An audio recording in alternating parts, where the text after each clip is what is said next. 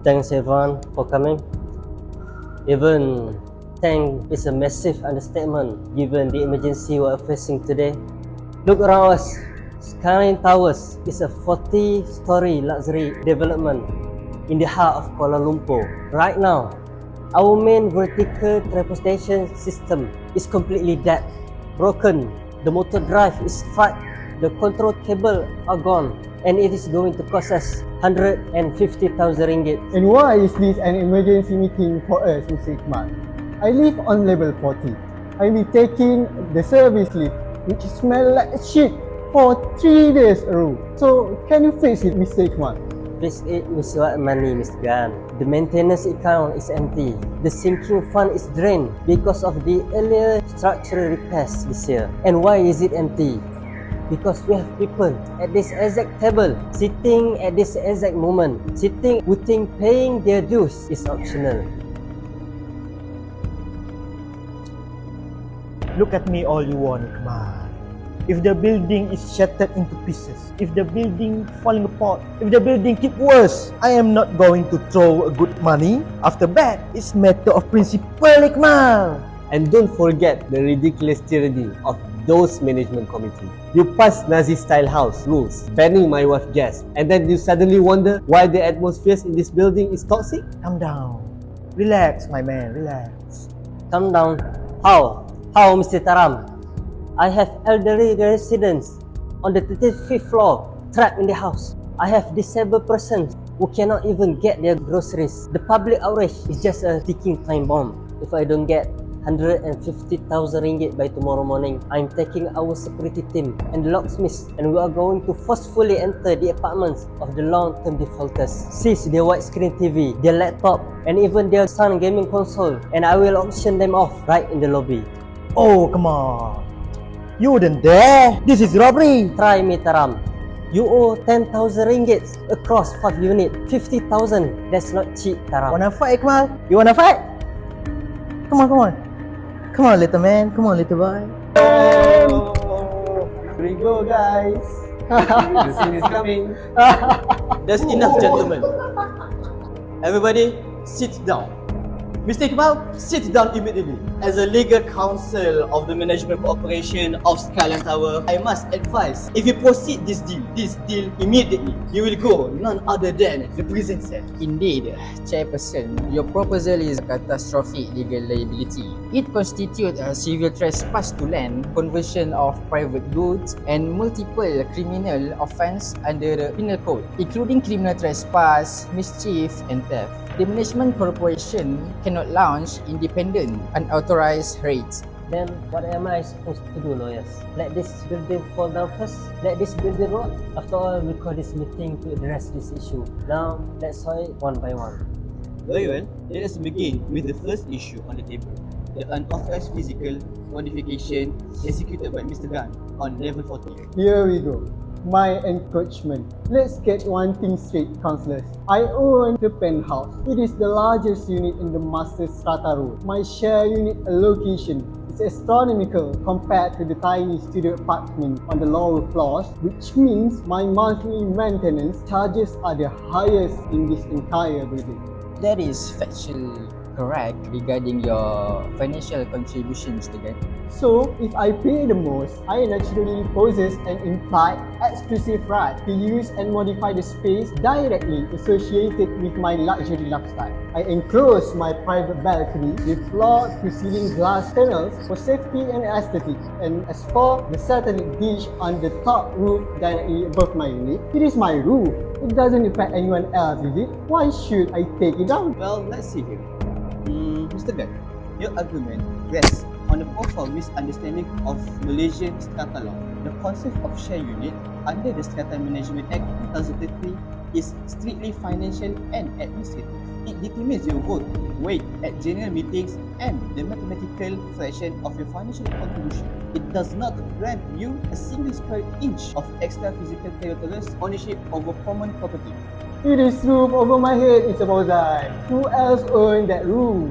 The management corporation holds in for all proprietors collectively. So let us look at section 4 of the Strata Title Acts 1985 stated that the statutory definition of commonly property explicitly includes all the structural elements of the building, the exteriors of all common parts of the building also, and the top roof structure which houses drainage mechanism and lining conductors. The landmark case of INP Indrawasih Sdn Bhd firmly established that the rooftop is a common property. So clearly that erecting unauthorized structures, there is a clear civil trespass, Mr. Gan.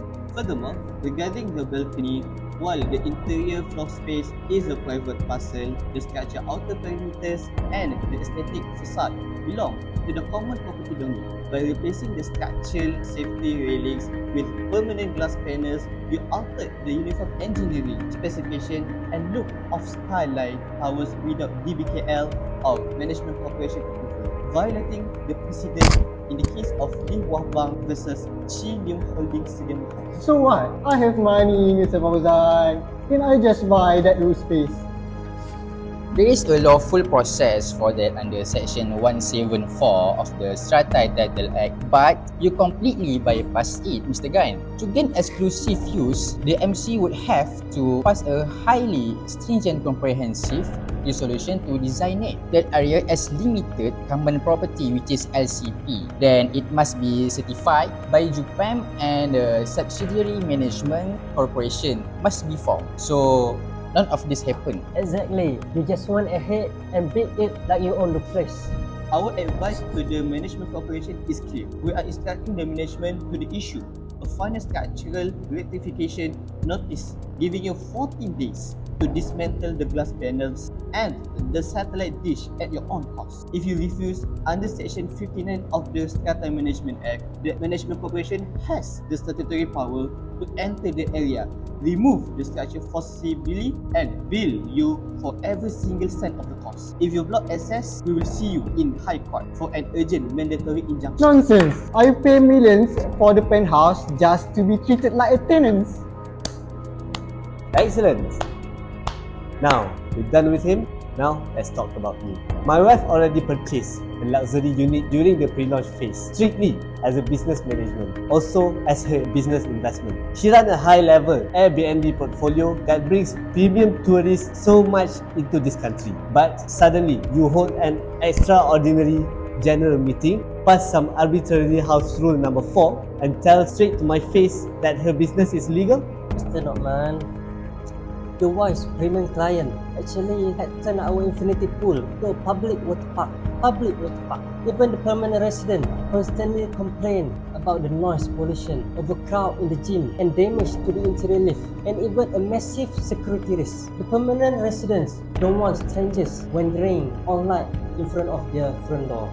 I don't even care about the complaints. That's not even my problem. My wife is the registered proprietor of the units. She's right to enjoy, use and monetize her land is absolutely protected under Section 340 of the National Land Code, which guarantees her indefensibility of title and interest. An additional bylaw passed by a bunch of disgruntled neighbours and an EGM is merely subsidiary administrative rules. It cannot legally restrict or override federal property rights granted under the NLC. Our lawyers has already served you a protest letter. Mr. Norman, calm down, chill out. With all due respect to your legal counsel, their arguments are very entirely obsolete. They are completely ignoring the highest judicial authority in this country. So, how? Oh my god, really?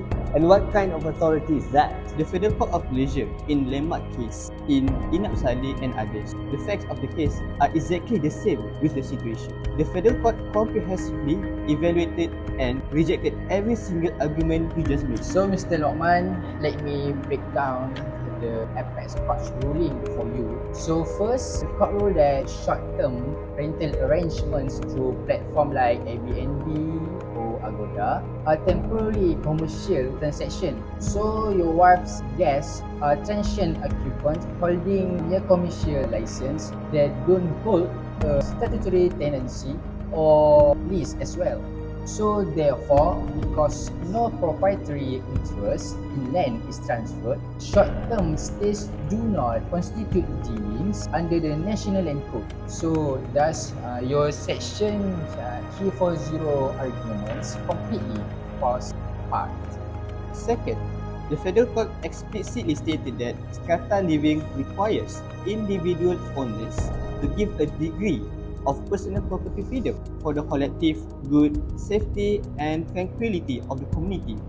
Under Section 72 of the Strata Management Act, the Management Corporation has the full power to pass additional bylaws by special resolution to regulate the control, the use and enjoyment of the building. If the majority votes to ban short-term rentals for security reasons, that the ban is fully valid, constitutional and legally binding on you.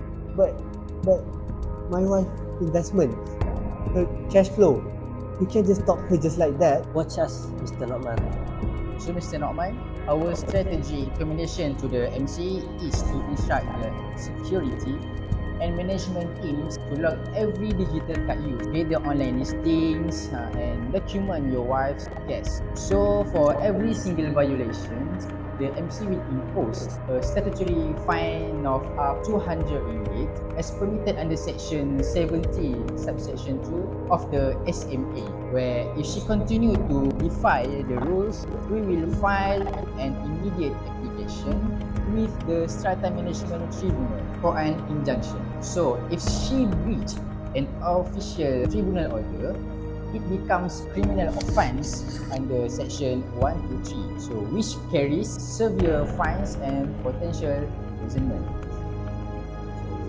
My God, of my days, this is my worst nightmare that I ever had in my life. Well, councillors, you have answered for everything. But let's see how you handle my case. I own 5 condominiums units here. For the past 12 months, I have withheld every single cent of my maintenance charges and sinking fund contributions. I will continue this, IKMAL. I will continue. Mr. Taram, don't you realize? Actually, you admit it by starving this building of the vital funds, and even the elevator has broken down, and you sit there proud of it? So basically, I am acting on a fundamental common law defense, breach of contract, or what we call quid pro quo. The MC has a statutory and contractual duty to maintain this building. So look at this picture. The MC has a statutory and contractual duty to maintain this building. Look at the corridors on my unit's floors. They are filthy and poorly maintained. There are unresolved water leaks and mechanical vibration in the service ducts. Most critically, we've had multiple security break-ins over the last few months, and my long-term tenants are threatening to break their leases early. So why should I pay you for the services that you're failing to provide? You breach your duty. I will hold my payment. Fair enough. Fair kan? Mr. Taram, your payment strike is a direct violation of federal law. In the realm of strata management, there is absolutely no such thing as reciprocal, quid pro quo defense. No, there's no such. Oh, come on. If the contractor doesn't build your house, you pay. You pay? You don't pay. Chill out, Mr. Taram. Calm down. This is not standard contract law, Mr. Taram. This is statutory strata governance. So under Section 60 and Section 61 of the Strata Management Act 2013, the obligation of strata proprietor to pay maintenance charges and sinking fund contribution is an absolute statutory duty. So the language of the parliament is mandatory and you cannot breach the language of the parliament. So just do it. The Malaysian courts have repeatedly and aggressively crushed the defense you are trying to use. In the Court of Appeal in Datuk Manokaran Beraya, the court held that an individual proprietor is absolutely not exempted from their statutory duty to pay maintenance fees simply because they claim that the management corporation has mismanaged the building or failed in its duties. And this was solidified even further in the case of AHMAD where the High Court explicitly pointed out that allowing individual owners to stop paying their fees due to personal dissatisfaction, like the broken elevator and so on, would cause the immediate financial collapse of the entire strata community, severely harming all the other law-abiding residents who suffer from the resulting lack of funds. So exactly like the elevator crisis like we are sitting in right now. So what I'm supposed to do? Just shut up and pay, shut up, and keep my tenants getting robbed? What is this? The law provides you with legitimate civil remedies, Mr. Tala. But a payment threat is not one of them. If you are genuinely dissatisfied with the management, you have two lawful avenues. First, you can requisition an EGM under the Strata Management Act to vote out Mr. IKMAL and the current committee and elect members who will for better. Or second, you can file an official dispute application with the Strata Management Tribunal under Schedule 4 to seek an order compelling the Management Corporation to execute its maintenance and security duties property. But because you choose to break the law by withholding the funds, Mr. Tara, you are now highly vulnerable. We are advising the MC to immediately serve you a formal 14 days statutory demand notice under Section 34 of the SMA across all 5 of your units, adding a mandatory 10% per annum late payment interest penalty. That 40-day notice and your arrears are not cleared, we will immediately file a civil debt recovery suit or claim in the tribunal. Furthermore, under Section 34, subsection A of the Strata Management Act, failure to comply with a statutory demand notice is a criminal offence. The Management Corporation will lodge an official complaint with the Commissioner of Buildings and you should face criminal prosecution, leaving you liable to a fine of up to 5,000 or imprisonment for up to 3 years or both for each unit. Thank you. Thank you, my lawyers. Now let's get back to the immediate crisis. Mr. Taram owes 50,000 ringgit and we need 150,000 ringgit immediately to fix the main elevator. Mr. Fauzan, you told me that my earlier plan to break into their unit and seize their, the TVs and even their laptops is illegal. But if Mr. Taram himself is in breach, how do we get the money now to save the residents? You must use the law as a shield and a sword, Mr. Iqbal, not a sledgehammer. The Strata Management Act actually provides an incredibly powerful fast-track mechanism for asset seizure under Section 35, but it must be done through the proper channels. Exactly. Mr. IKMAL, as a chairperson, you cannot act unilaterally. The correct statutory procedure is as follows: that the MC must immediately submit an urgent formal application supported by verified statements of account to the Commissioner of Buildings, COB. So, the COB against long-term defaulters like Mr. Taram. Once the Commissioner of Building is satisfied with our undeniable proof of default, the Commissioner of Building will issue an official legal warrant of attachment. This warrant legally authorizes the physical seizure of any movable property belonging to Mr. Taram found inside the building. Can my security guard execute it? No, Mr. IKMAL. The warrant must be executed strictly by the COB themselves or a person specifically authorized in writing by the COB, and they will legally enter the unit, attach the property. Yes, including the high value electronics like laptop, PS5 and so on, and hold them for a statutory timelines for 14 days.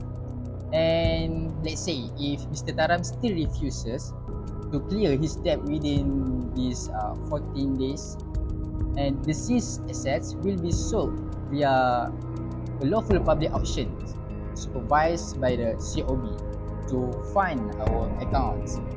And that is how you seize assets legally without exposing the MC to criminal lawsuits. Wait, what? A warrant of attachment? Auctioning my properties? Really, Fauzan? That is the exact reality of the law you are flouting, Mr. Han. But commissioner of building warrant will take a couple of weeks to be processed and executed. What about the elevator right now? The residents are furious. Alright, Mr. IKMAL. For the immediate short-term funding cases, the MC has two valid statutory alternatives under the SMA, which the option A, the first option, convene an emergency EGM immediately to pass special resolutions to impose a one-off emergency repair special levy on all proprietors to raise the 150,000 ringgit instantly. And I actually don't recommend this option, but the option B is more better. Option B, which is much faster, exercise the Management Corporation's statutory borrowing powers under Section 59 of the Strata Management Act. The Management Committee can immediately apply for a shelter bank or a commercial bridging facility specifically to fund the elevator repair. You can use future maintenance, fee collections, and the impending debt recovery from Mr. Karam as security for the loan. This gets the elevator fixed by this way, while we legally systematically dismantle the defense of the defaulting owners. Wow. This is why we hire professionals. Thank you. Now, let's bring the order to this room. Now, everything has been cleared. Mr. Gunn, you have only 14 days to restore level 40 and remove your satellite dish, or we will bring our contractor and do it for you, and you will receive the bill. And Mr. Norman, tell your wife to shut down her Airbnb listings immediately, or prepare to face a fine of 200 ringgit daily and a Strata tribunal injunction.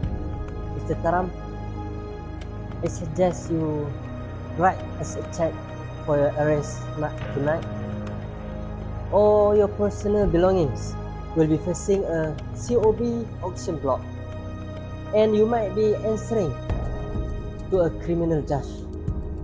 As for the committee, we will proceed with an immediate short-term bridging loan under the Section 59 to get our main elevator fully operational by Friday. Fine, Mr. Ikmal.